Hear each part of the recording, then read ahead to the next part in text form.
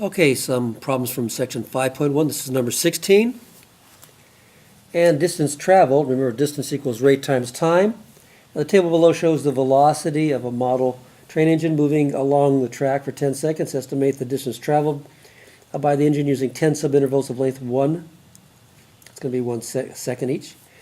A, the left endpoint values are the LRAM, and then B, using the right endpoint values. And if you look at your table, you'll see these values, but actually, remember, distance equals rate times time, so the actual distance traveled will be approximately the total area of all these rectangles. We'll be summing up. The approximate total area will be the sum of 10 rectangles, each with base 1 second, times the height. And that's going to be the velocity at either endpoint. So we're going to do the LRAM first. So these are the seconds, so this is the intervals here, you can see them. And this is the left endpoint, and that's the right endpoint. So if we're going to use the left endpoint, we're going to use the left endpoint of each one. So we'll use 1, 2, 3, 4, 5, 6, 7, 8, 9, 10, starting at the left endpoint. And this would be the 1 second, so that's going to be the same base for all these, and these will be the different heights.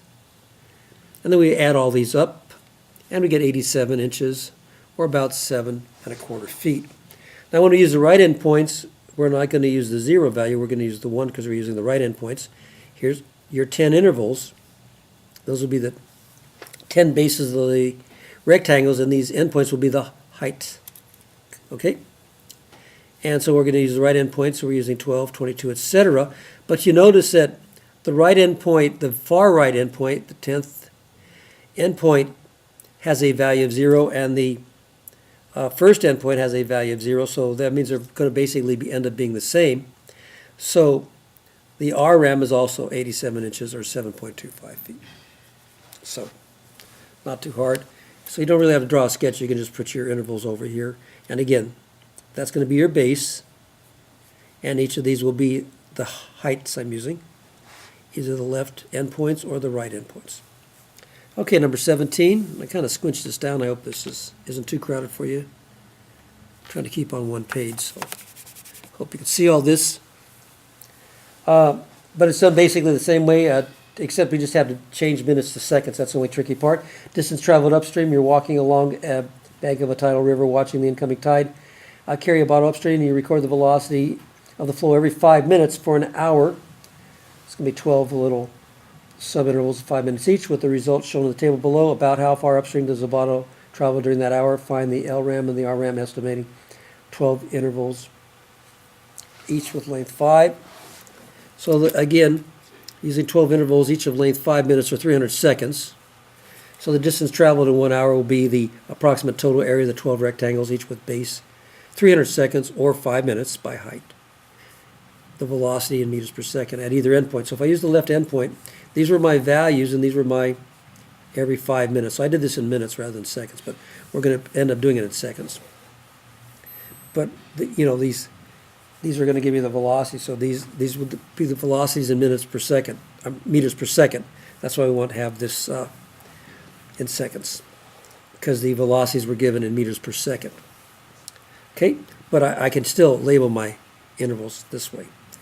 So for my left endpoint, you can see it's going to be 0. It's going to be this is going to be my first interval, and that's the left endpoint, so I'll use that value. And if I use all the left endpoint values, I'll add all those up, and there'll be 10 of those left endpoints, and I'll multiply each of those by 300 seconds.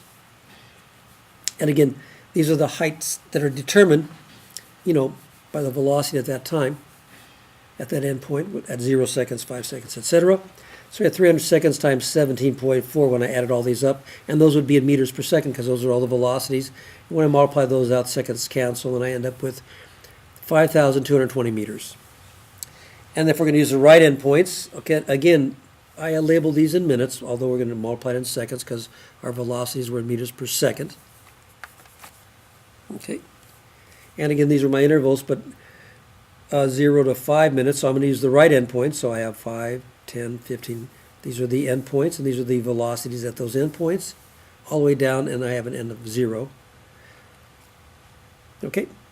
So this is going to be a little bit less because my left endpoint was 1 and my right endpoint is 0. My far left, far right.